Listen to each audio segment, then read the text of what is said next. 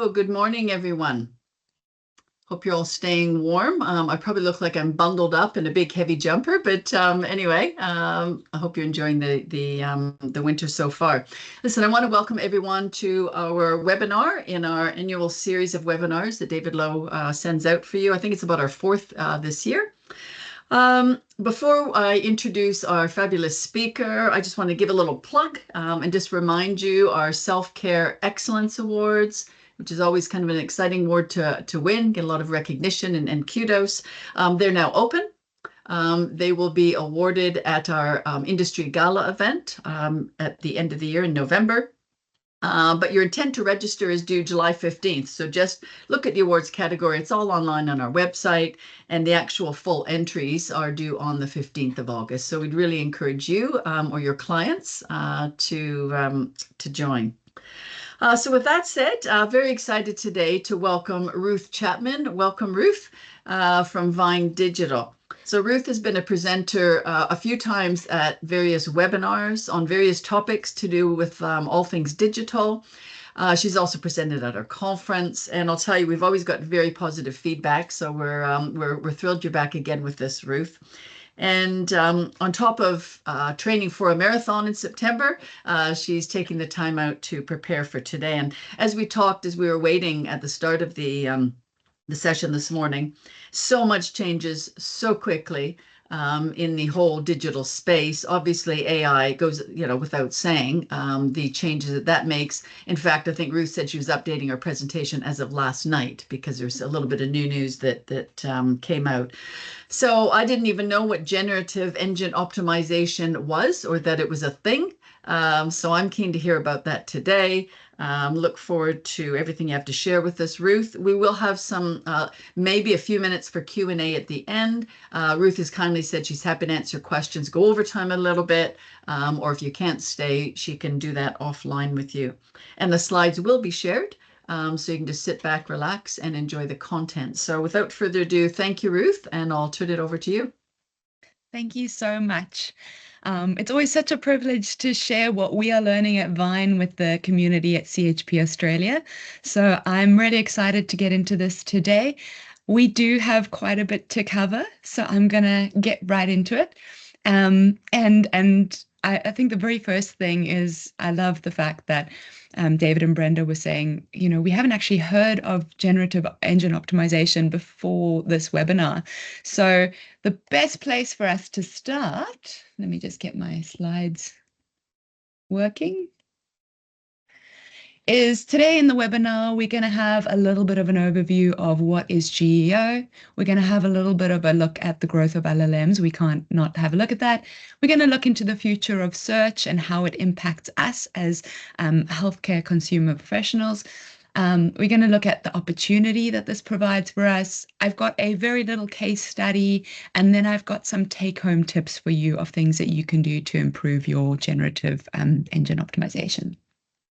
So GEO, I'm going to use GEO now. It's a strategy that looks at your website and makes your website available for any generative engine. So it's not just looking at pure content or just pure UX. It's a mixture of two. One of the reasons that we're so passionate about it is the fact that we know that customers are searching in so many multiple channels these days.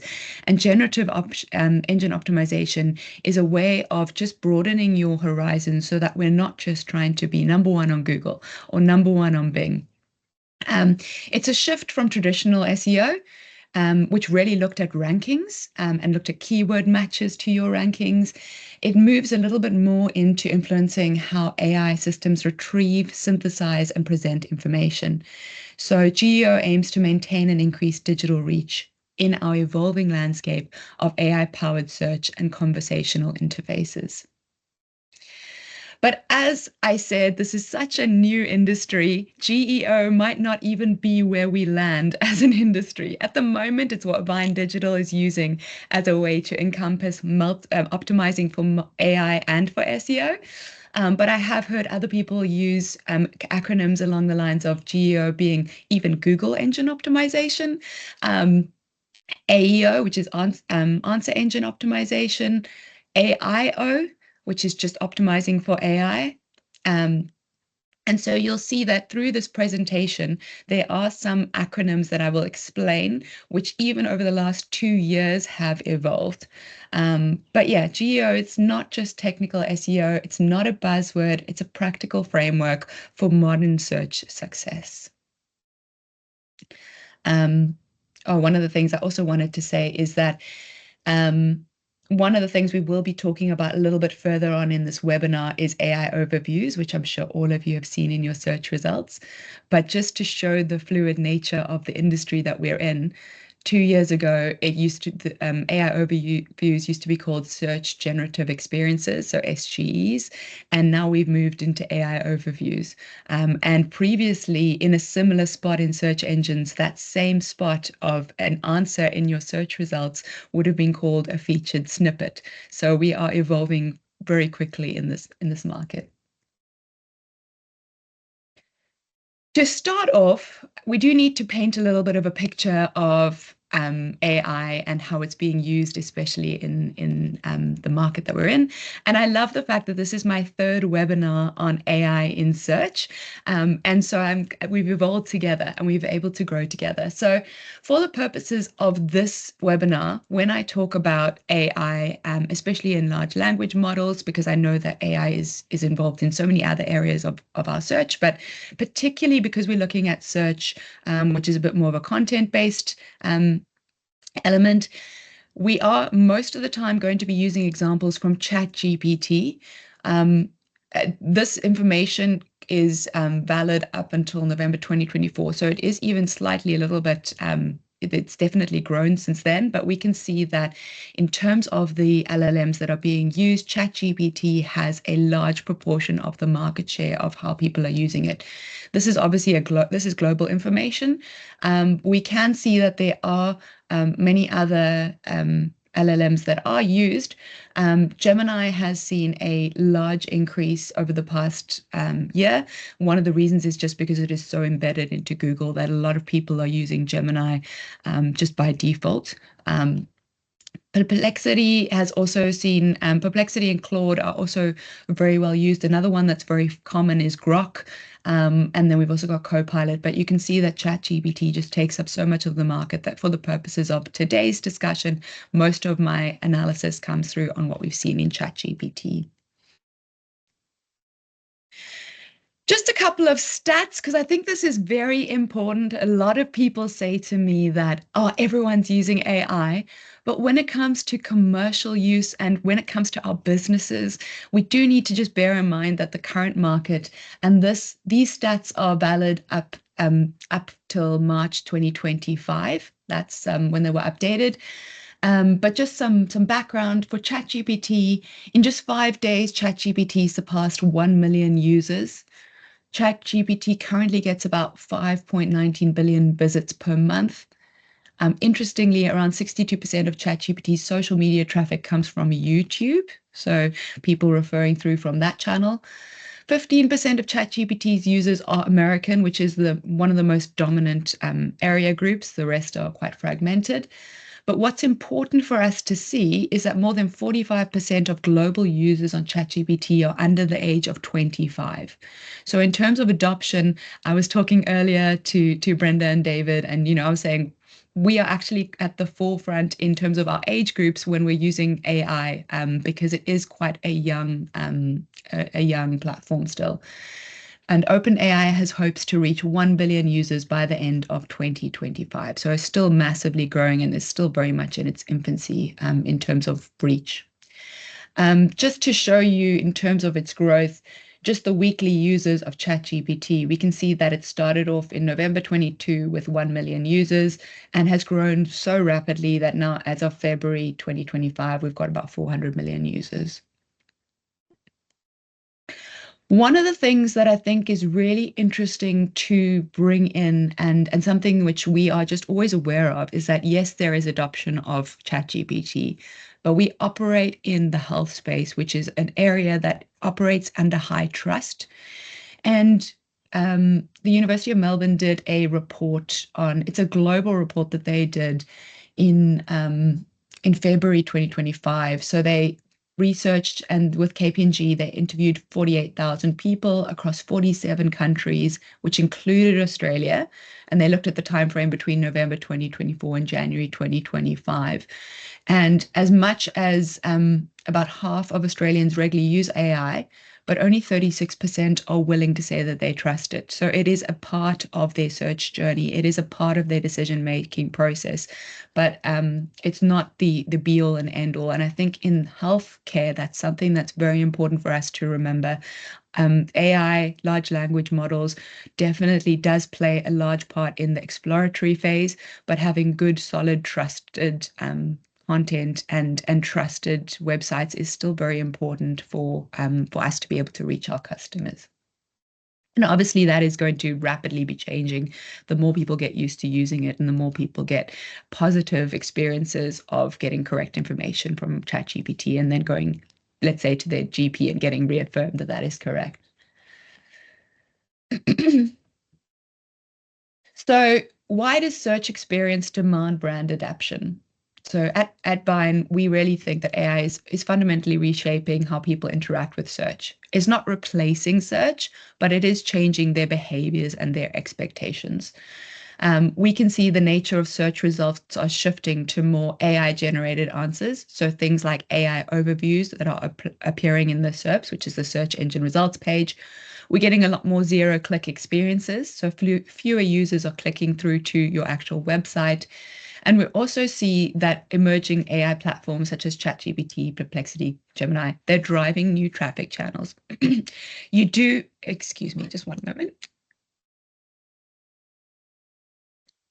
You do get quite a strong camp for the people that go, I don't use Google anymore. And then you get a strong camp for the people that say, I only use Google. So we do see it as an additive channel, not as a channel that's taking away. One of the things that is quite important for us in the healthcare industry is that health is one of the biggest industries that is being impacted by AI. Because AI is such a conversational channel, it is the first kind of place that we can go to answer our questions. I had I had a little thing where on Friday my cat was very sick. She was sneezing. She had tears dripping from her eye, and the first place that I went to was ChatGPT. Is this something I should worry about? Should I go to my vet? I could qualify my questions about health before I got to the point where I needed to see a healthcare professional. So this is impacting us in the healthcare industry where we are starting to see declining click-through rates to websites. We are seeing changes in traffic patterns. But it gives us the opportunity, and we do believe that to remain competitive, even SEO strategies, they need to optimize for both traditional search and AI-driven experiences, which is this GEO optimization. So we've evolved our approach to our clients, and we're moving from classic SEO to just as a standard offering. Our optimization is for generative experience. It's a core part of our campaigns. And I included a graph here which comes through from SEMrush. Now, I am going to put a disclaimer on any of these predictive graphs because I remember back in 2020, we were talking about voice search overtaking text search. That hasn't happened. It's become a multi-channel search function. Similarly, in 2021, there was a New York Times article that said that search would be dead by 2025, and we are very much alive and well in operating in search. But SEMrush is predicting that by 2028, traditional organic search will decline and that LLMs, including Google AI and AI Overview, will be the predominant form of search. So it's the same mechanism, we're just shifting how we are delivering those messages. And you can see that obviously the search volumes stay similar, it's just how they're being served.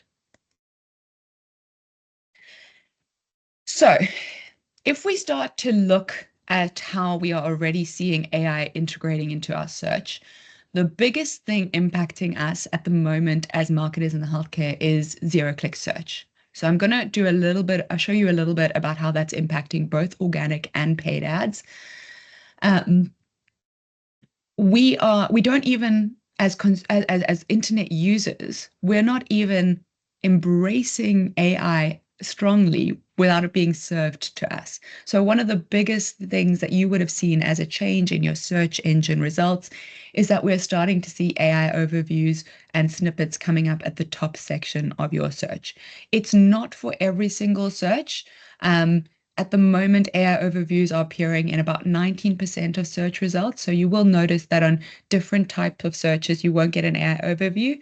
It definitely comes more along the lines of long tail question-based searches, which, as I've mentioned before, is where often our customers are sitting in their search results for health.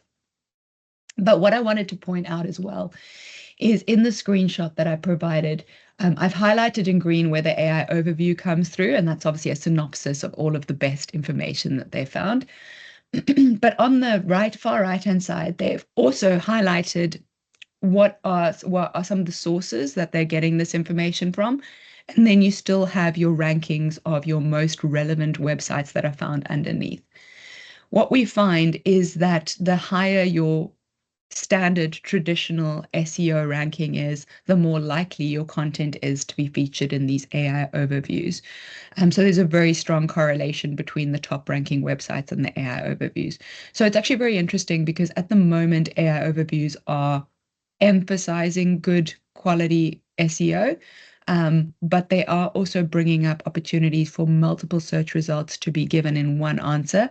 And what I like about the AI overviews is that they do have links that cite through to the references. So if somebody does find an answer, they can either click away, or if they found an answer but they want to read more.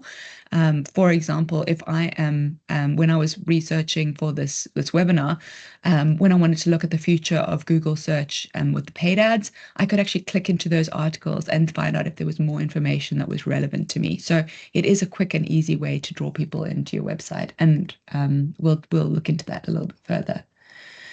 But it is important as marketers to understand that it changes the KPIs and the benchmarks of how we are measuring success. Because as much as there is a large correlation between the top 3 preview links and AI overviews, we are seeing that there is a drop in click-through rate. So some of the content that you've worked so hard on and performed so well in the past isn't necessarily going to be measured in success by click-through to your website. So this is an example of a website that we've actually just been given. So this isn't actually, we haven't actually worked on this site yet. This site is a medical company that has put in a lot of time and effort to creating great content, but they haven't done any SEO on the site for quite a while. And you can see that the impressions are growing because they've got content that's relevant to searches, but so the impressions are the purple line, click-through rate is the blue line. And you can see that the blue line on average is actually starting to see a decline because their content is so good that it's answering the question before people are even getting to their website.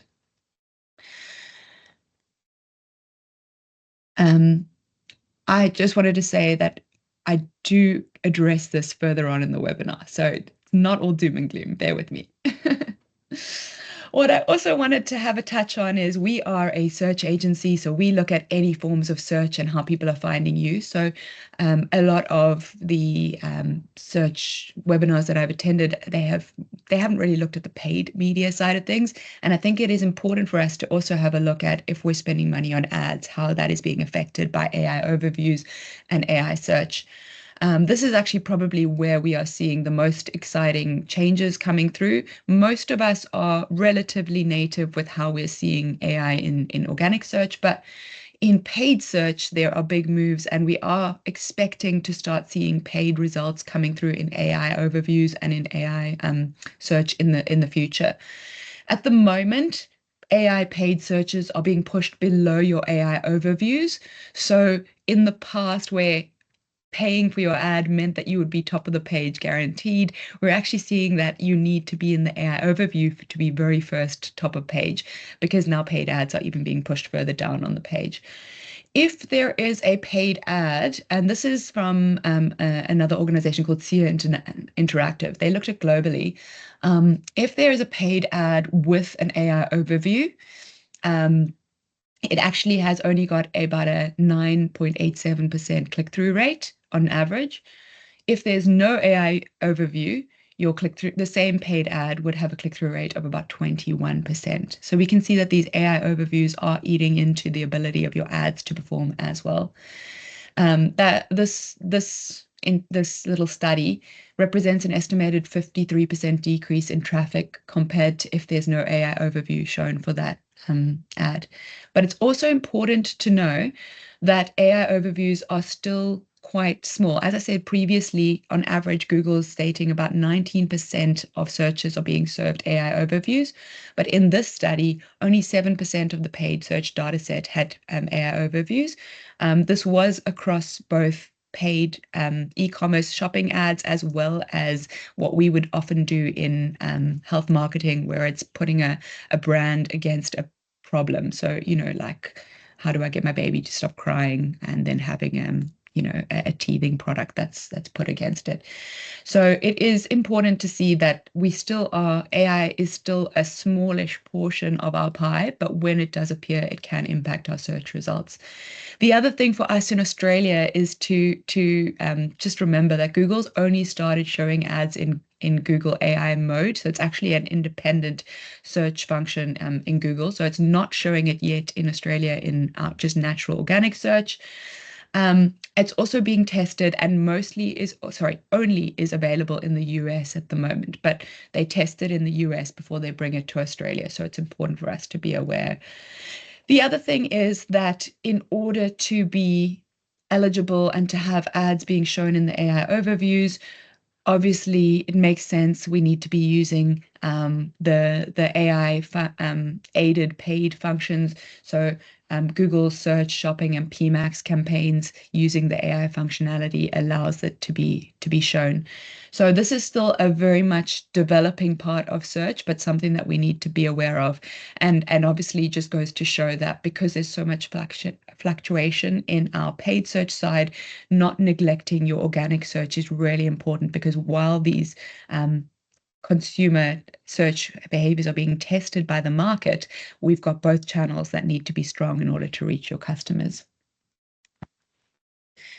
So having a look at how these new AI interactions are coming, I commonly get asked this question: is Google search dead? And obviously, once again, we use Google quite broadly because it is the main predominant search engine. But even my customers, and I know that in the health market, it is so much harder for us to create content, to get it approved, to get it on our website. So is it worth getting content onto the sites if search engines are declining in popularity? And this is, I think, what is so important for us as marketers today, because AI is still such a buzz, but in terms of commercial reach and commercial impact, it is still one of the smaller players in the field. If we have a look, this is also data that comes as of March the 13th, 2025. We can see that ChatGPT on a monthly visit, on average, was getting 5.2 billion searches with a bounce rate of about 38%, with about 2.77 pages visited, and spending about 8 minutes on ChatGPT. Whereas Google had just under 140 billion searches for that month, and it had a bounce rate of 37%, so just a little bit lower than ChatGPT.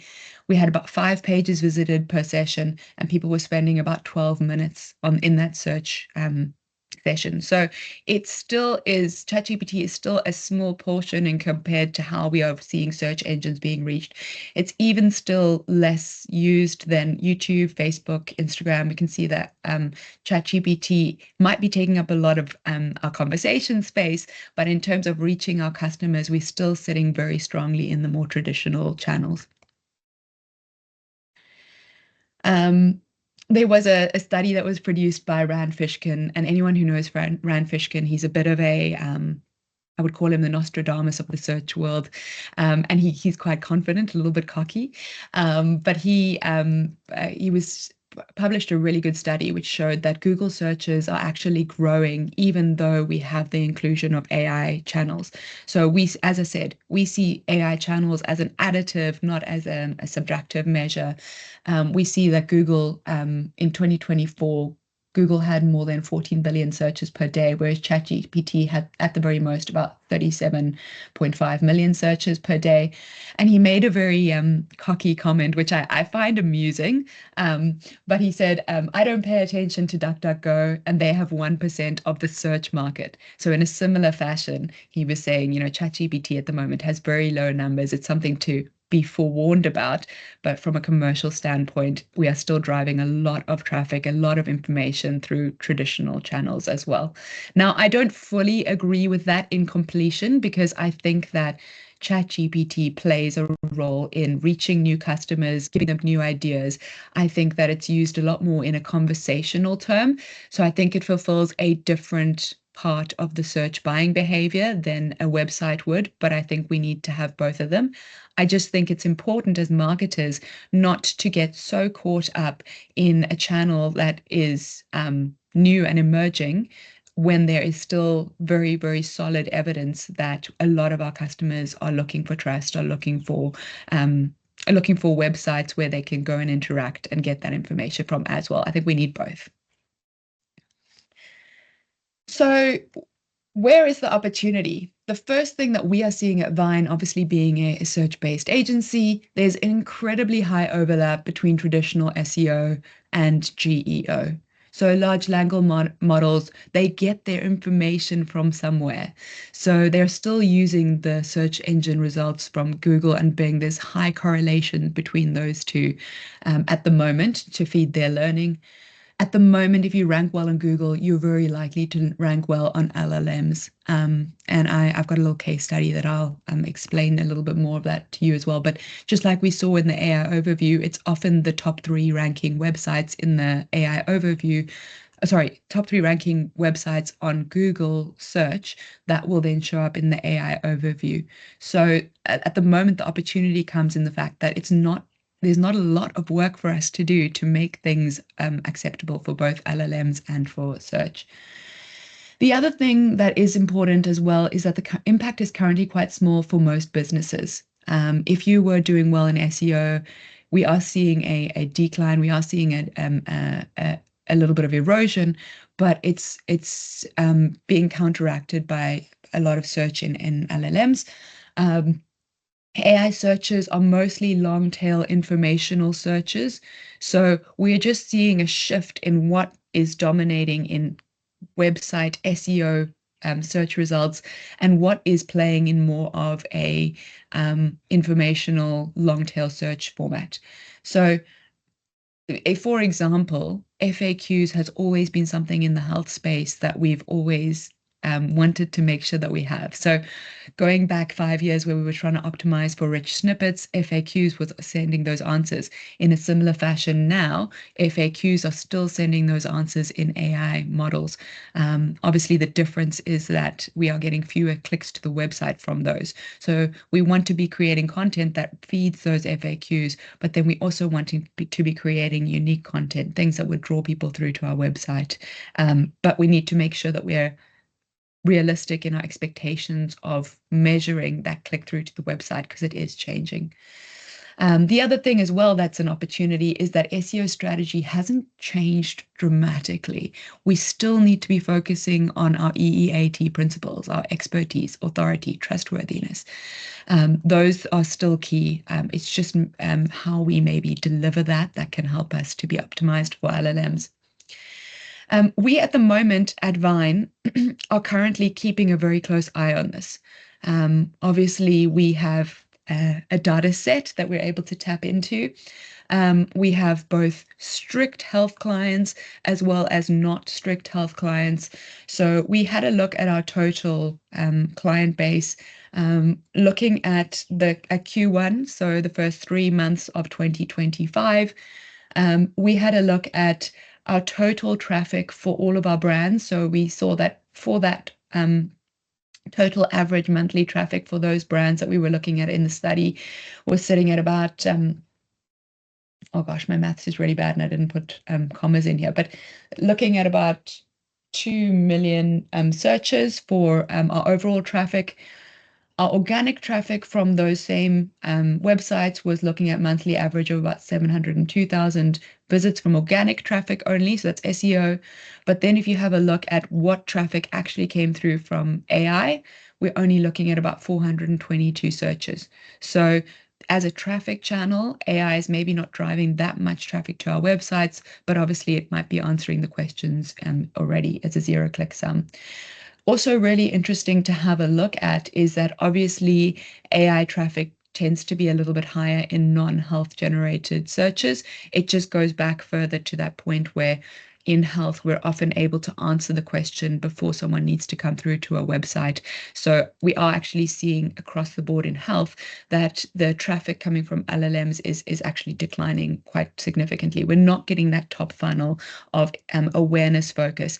Our websites are definitely sitting more in a conversion focus where somebody has a very direct need for something, whether it's dosage of your exact product that they want to come to your site and get information on. Whereas if it's just about what product to use, that tends to sit in the upper awareness funnel and is not driving traffic through to the websites as much.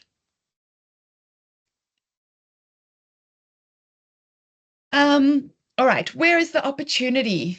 I apologize for the text on these slides, but I think it's good for you to take these away. And if you are a marketing manager, you can actually put this into practice. But where's the opportunity in terms of AI friendliness? And this is the addition of what makes GEO comprehensive. It means evaluating how easily and accurately AI systems, particularly ChatGPT and Gemini, but also our search bots and potentially voice assistants, how they can access and crawl your information. So technically, whether they can read the content and reach it.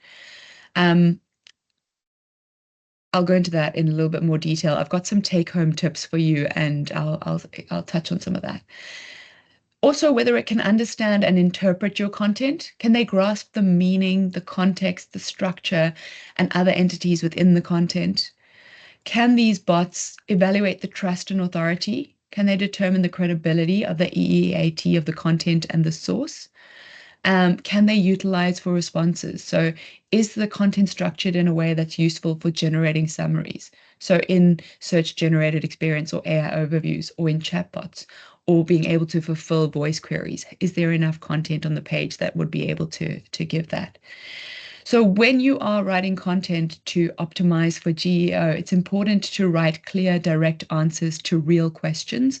This is where adding your traditional search, where you can have a look at what people are searching for online, what questions are your consumers asking, what keywords are commonly coming up, and writing clear, direct answers to that is really important.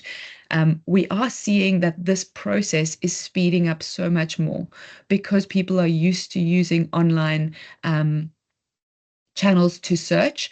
Even Google search is seeing growth. We are seeing that the ability to get information about our potential customers is speeding up. The need for refreshed content is speeding up. But always good to just go back and check, are you answering the questions that people are asking online today? Content writing, use structure that helps the AI to process your content. Make sure that you have really good headings. Make sure that you've got really good, concise writing. Don't try to overwhelm each page with too much information. Having a clear page that is written about one specific topic really helps, and then making sure that it's marked up correctly, using your H1s to have the dominant keywords in it, using your subheaders to support the H1s. This is all very important. And bottom line as well, it kind of goes without saying, be the expert, not the fluff. So try to look at your niche. What is your product reach? What is it trying to do? Is it a teething medication for mums with babies? So make sure that we're talking all around that kind of information so that you become an expert in that rather than talking about anything that has to do with babies. The more diverse your website is, the harder it will be to show that you are the expert in that topic. So there are 4 pillars of GEO. We have content marketing. This is tried and tested. We have to be creating good structured content. We know that with AI, there is a speed at which the internet is being fed further and further content. So we need to be making sure that our websites are giving the most ethical and the most up-to-date content for consumers. Um, Make sure that it's aligned to search intent and brand messaging. Technical SEO, this has actually become more and more and more important because of the fact that it's not just about how fast your site loads. That is an impact as to whether you get pulled into Google search results, but as well as into AI results. But it's also got to do with what is not seen on the front end. So it's what's been marked up at the back. How are you tagging your headings? How are you tagging your page structure? How are you tagging your FAQs? And what's becoming even more important is if you're writing blogs or articles, are you able to attribute that to an author, to an actual person with an actual author page, with an actual personality? That helps to build the trustability and the authenticity of that page. AI readiness. So obviously with GEO, similarly, AI it likes certain things. So structured data helps it to find things very easily. Concise answers helps it to do its own job. So as I said, FAQs are our bread and butter at the moment. But also listicles, checklists, those are the kinds of things that are very common in answering questions in AI. So those are the kinds of things that are very the candy to the AI crawlers. And then also obviously long-term building topical authority, that also helps to build you for AI readiness. The more content that you're able to produce that shows your authority around one topic, the more likely you are to be shown. I've got a case study which I can share with you on this as well. And then conversion rate optimization. So this has been something that has, to a degree, it's a small part of traditional SEO, but we're seeing that it's becoming even more important as we are trying to optimize for GEO. So making sure that your website it falls a little bit under technical SEO, but it is making sure that your website is created in such a manner that there's not excess code, that there's not, we all have access to tools like Google Lighthouse, and it shows how quickly elements on the page are loading. These are the kinds of things that it's not just about page speed loading, but it's also the elements on the page that are loading. It helps to create a better user experience. And because we are seeing that there's such a rise in content available online, the recency of content, the ease of access of that content, these are things that are becoming even more important when both LLMs and Google bots are trying to decide which content to show. They see more recent, up-to-date, well-served content as more as easier to show and better experience for the user, and therefore they do tend to rank higher. We can't say for sure whether it's the search engine raising the prevalence of where your website sits that then gets pulled through into the LLMs, but we are definitely seeing a strong correlation to well-optimized conversion rate optimization and seeing rises in LLMs and their rankings. All right, I wanted to take you into a case study because I showed you previously what can occur when you don't optimize for our modern search environment. And I wanted to take you into this case study. Now, this case study came across our desk and we started working with them in January. But they were, I'm going to keep them anonymous because they were the fear of all of us in the health environment, but also a really great extreme example of what not to do. This website launched last year, so it's still seen as a relatively new website. And to be honest, in working with them, what we often do with our clients is we will see where they're naturally falling in search results, but we'll also see where they're naturally falling in AI results.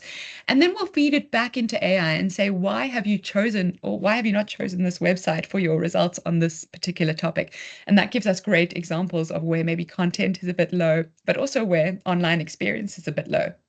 So, for example, this website, the LLMs are telling us that it doesn't have a lot of reviews, and this website happens to be a online pharmacy. They sell products along the lines of weight loss products, hair loss products. I would like to term them in terms of the sort of you know, buzzy over-the-counter products. But yeah, very new website. Put a lot of content on their site without any references. So red flag, red flag, red flag, and they got pulled up by the TGA. So you can see that around about September last year, they started to see a decline. That's because the TGA fined them and they had to pull a lot of content off their website. They got struck with big penalties because of that mass reduction of content on the site. Also because they were relatively new, Google also penalized them because they felt like they were an inauthentic website selling unregulated products to unregulated market. They're actually not. They just had bad online etiquette and health. So we then came on board. We started rewriting their content because it came about in January. We did go straight into GEO. So we didn't use traditional SEO. We made sure that we had not only good content that was well structured, but we also made sure that it was really well marked up. We made sure that site experience was really good. And you can see that from January, which is about the midsection of this graph, we started to see a bit of a turnaround. Now it's hand in hand with increasing content on the site. But what is really pleasing to us as well is the fact that we didn't just see an increase in impressions, we actually started to see an increase in clicks through to the website as well, which is very important. And then what we have seen as well is that in terms of optimizing for LLMs, which is still quite new and still quite tested, we're still every day learning more things about how to get more higher up in AI search results. But this unknown website is now regularly the third website which is being shown for queries around where I can get Wegovy, which, as you can imagine, any of these weight loss drugs is very topical for searches at the moment. And so that's quite something we're quite proud of, that they're regularly showing up in these search results. In terms of actual traffic to the website, we only had one referral from ChatGPT in April. So you can see that even on the graph, April was around about when we started to get some really good traction in terms of traffic to the site and impressions. So it was quite new for that content, and that's not unrealistic. We do see that there's about a 3-month period of Google really showing content and getting it up on the site. But we had one referral from ChatGPT in April, but we now have 19 referrals that came through in May. So you can see that even in that short period of time, that increase of visibility in LLMs for this particular customer is starting to show a lot more traffic to the site, and it's being really useful. And we're very proud to say that this is all TGA compliant now. It's all referenced. It's all much more performing much better. I also wanted to just show you. This is actually a screenshot from this client's report, and I think it's quite important as well, just to show how the two traditional channel of SEO plus GEO come into play. So we see at the moment, I must just disclaim all of this with the fact that there is no Google Analytics for LLMs. There is no one source of truth for LLMs. At the moment, we are starting to see a lot of industry experts looking for ways to measure performance. But what we do know and what we can do is we can measure referrals from LLMs to Google search, so that we're able to set up filters for LLMs. We do also have some LLM APIs that we can plug in and see how many searches, but we're not able to get the level of detail that we have on Google, where we're able to see how many search queries came for this particular search term.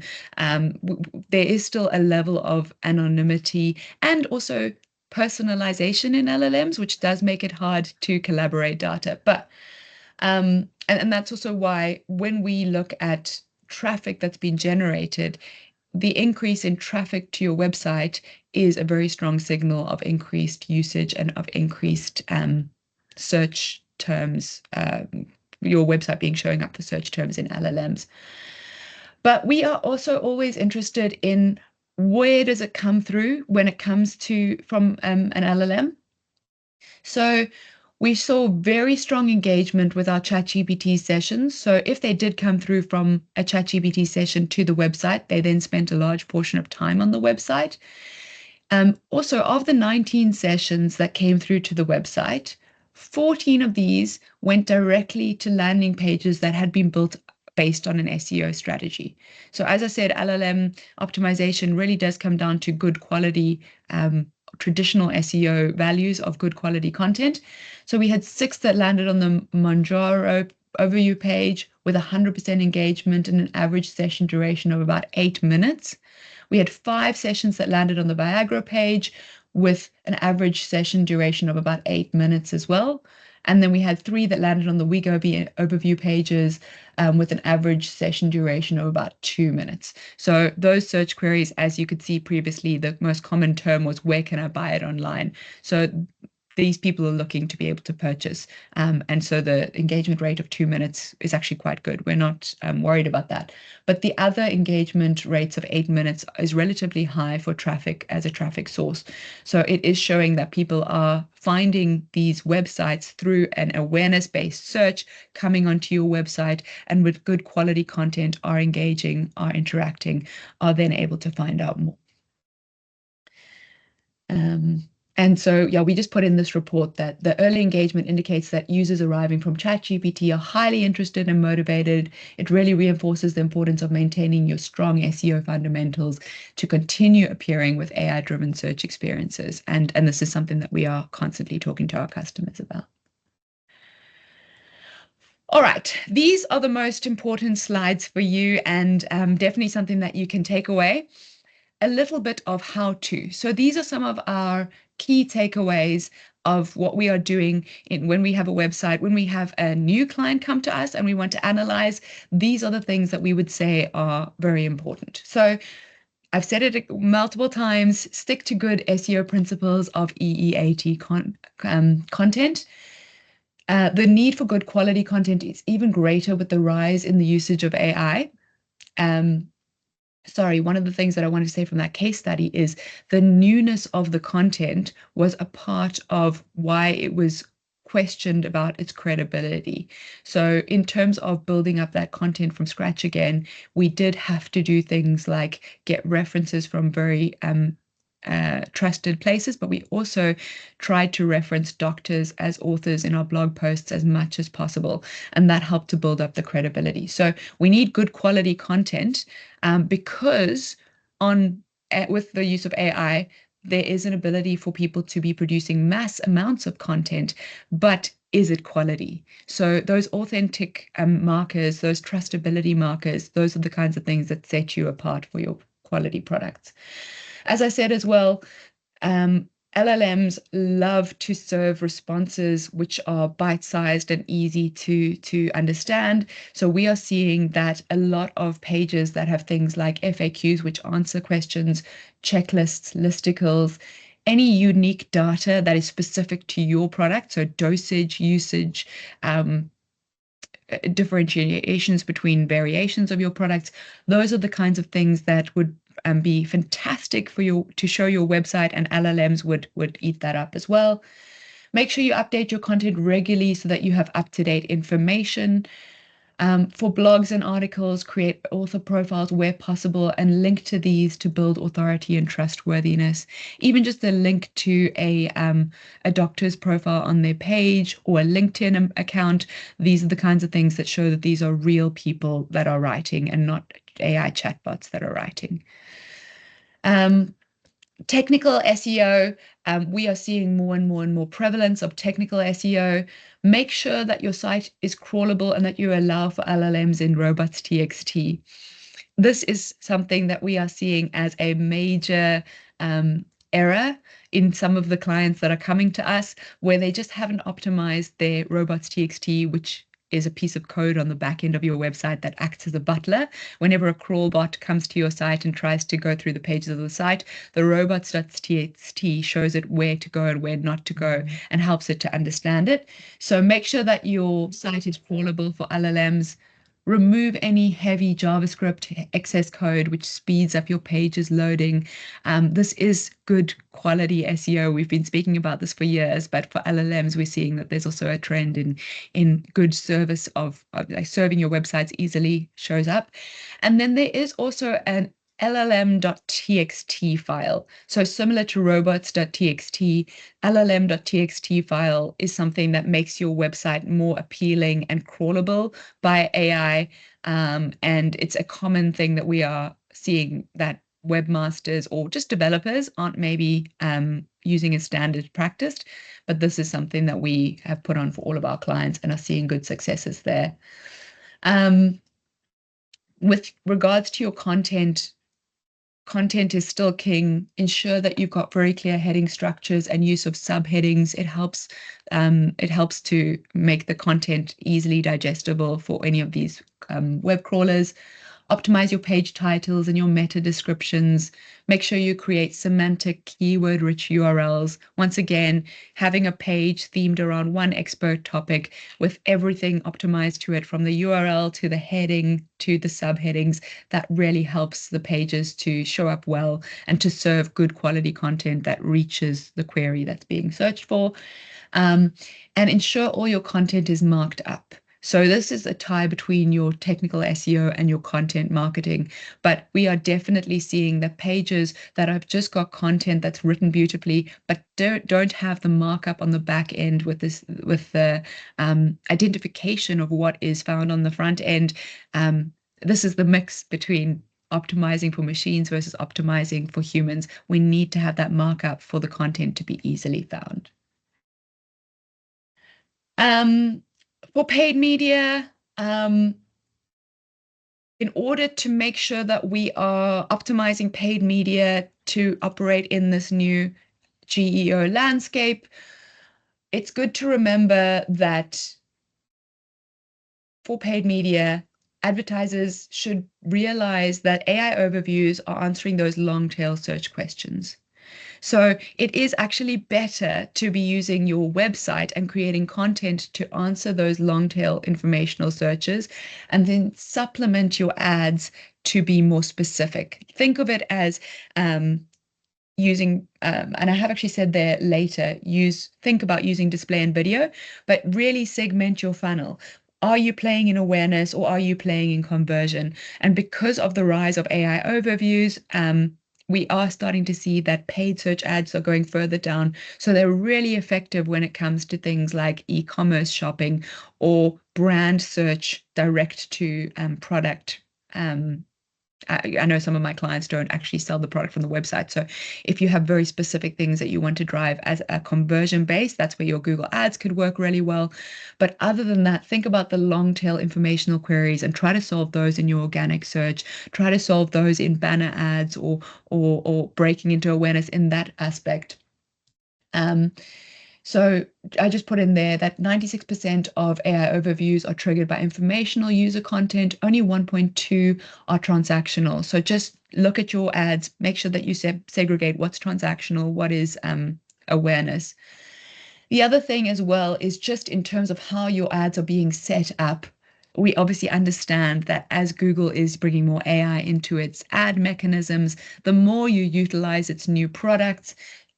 So things like keyword list targeting of Performance Max or AI Max, which is a new format that's coming in early Q3. This is the best way to leverage ads in AI overviews, because if you're using the modern formats, Google in particular is more likely to utilize those ads. The one disclaimer I put in here, and something that we use very much for our health clients, is the fact that I understand that we have to be so much more careful in the health industry. So we play very cautiously in the AI generative paid ads. We make sure that we have very low risk ads in those sectors, and we still have a lot of our ads run in manual formats because we can control them, we can control where they're placed, we can control what is said. There's a lot more rigidity and de-risk in those. However, if you're not playing in Google's new ad format, Google will not show you for these new channels. So we play in both. We make sure that we de-risk our automated ads, but we also make sure that we have the manual ones. And then if you have an e-commerce store, make sure you have up-to-date product details. That makes it more available to show these ads in future AI results. And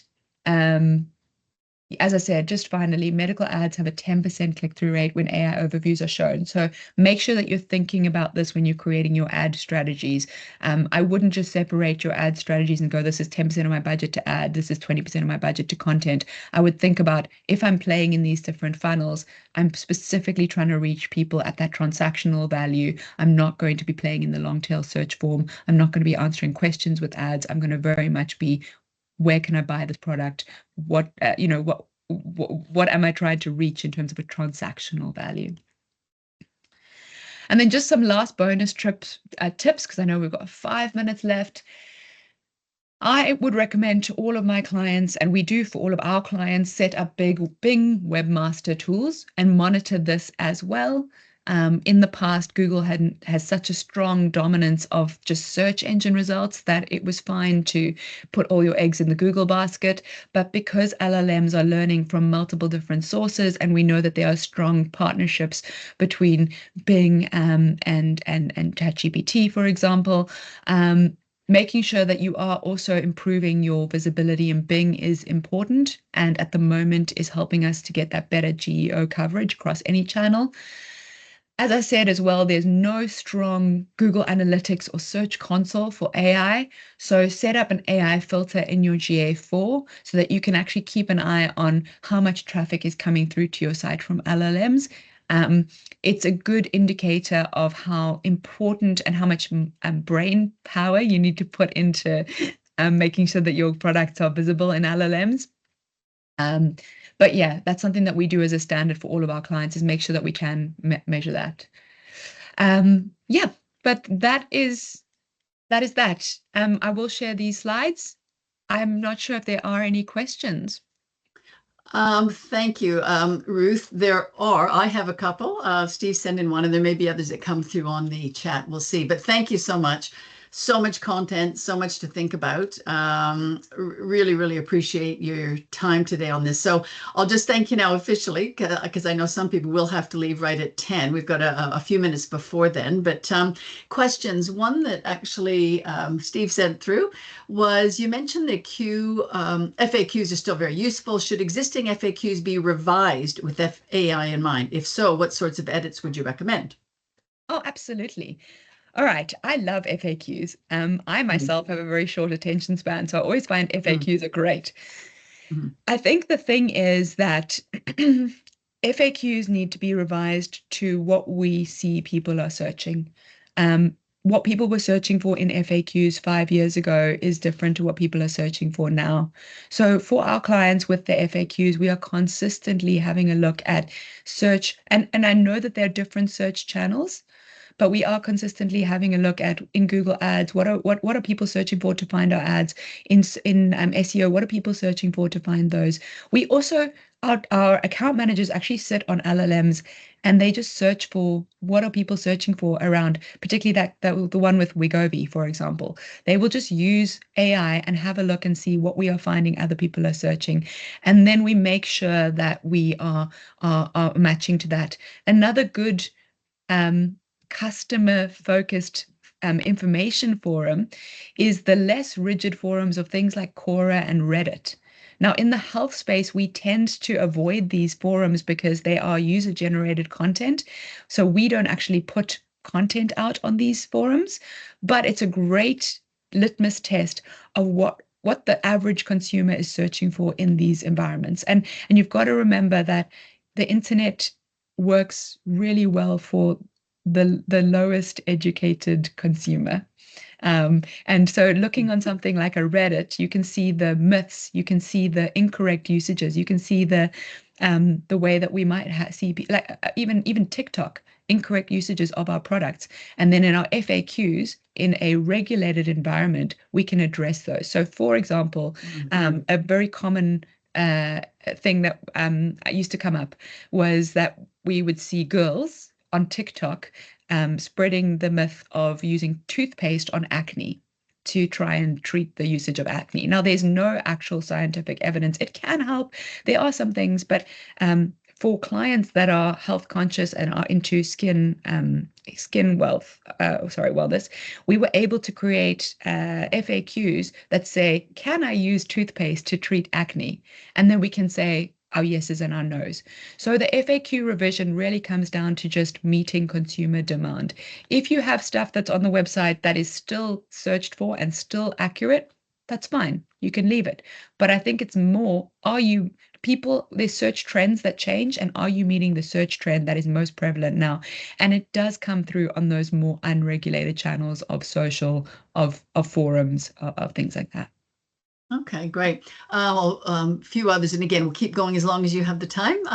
This from Julia, have you seen a resource to harvest aggregated search query data from the longer conversational AI tools, or is SEMrush collecting this in their data sets naturally as they scrape Google data, and is this reaching into Gemini queries, etc.?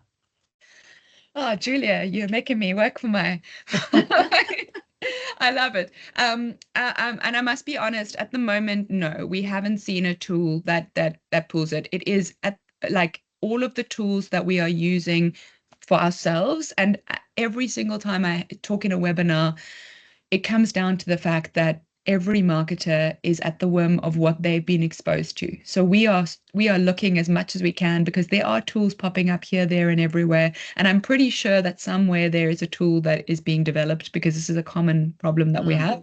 But most of the tools that we are using, SEMrush in particular, is scraping from what we can get our data from. So it is scraping from the likes of Google Analytics. It is great. There are some LLM APIs. We ourselves haven't found one that we are confident in. So we do tend to go back to what we know, which comes down to SEMrush, Google, and Google's affiliates, big webmaster tools. Yeah. Right. There's a few others, just one from me. You talked a lot about tips, et cetera, but if you had to step back and say someone coming into this as a marketer, a regs person, what would you say is the key difference in mindset or approach to GEO versus SEO? Just in terms of how to think about it, I'm going into this. Is it just kind of SEO on steroids, a few little tweaks will do it? How, if you were guiding people new into it? Amazing. I think the difference, and as SEOs, we actually are kind of sitting here going to the industry, we told you so. Like, it doesn't stray so far from SEO. But I think the way of approaching it as a marketer is that marketers look at SEO and measure SEO as, am I showing up in search engines for a keyword that someone is searching for? So it tends to be that very focused cause and effect. And even in terms of writing, I mean, we've evolved from this, but in the past, SEO was about choosing a keyword and writing that keyword as many times as possible on a page. The way that search has evolved, and the reason that we talk about GEO, is that because especially LLMs are so much more customized to an individual's search experience, it's less blanketed. It's much harder for us to create a piece of content to reach a specific keyword. So that's why we have to, with GEO, it comes very much back to the consumer. So are we creating a piece of content that is useful? Do we have the expertise to be able to write it?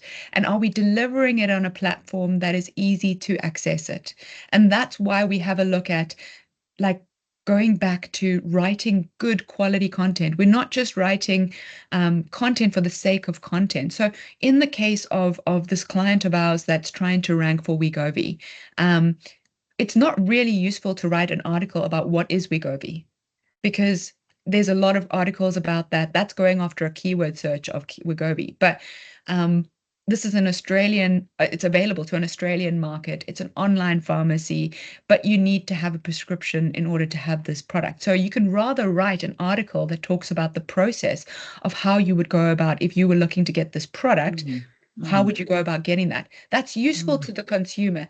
And then we make sure that it's delivered in a well, easy to read kind of a way. The reason that we also talk about GEO is that a lot of our content that we write for search engines, we can repurpose to things like social media. So we're mhm, actually thinking on a multi-channel approach for our clients when we go into it. So as an SEO or as a marketer thinking about SEO, you would be quite focused on measuring search engine. You'd be thinking quite focused on, let me just make sure that this channel is working for me. Whereas as marketers, we need to take a step back and go, my performance of my product is successful if I am seeing improvement in search engines, LLMs, and SEO, sorry, and social media, because the mm, channels are fluctuating so much.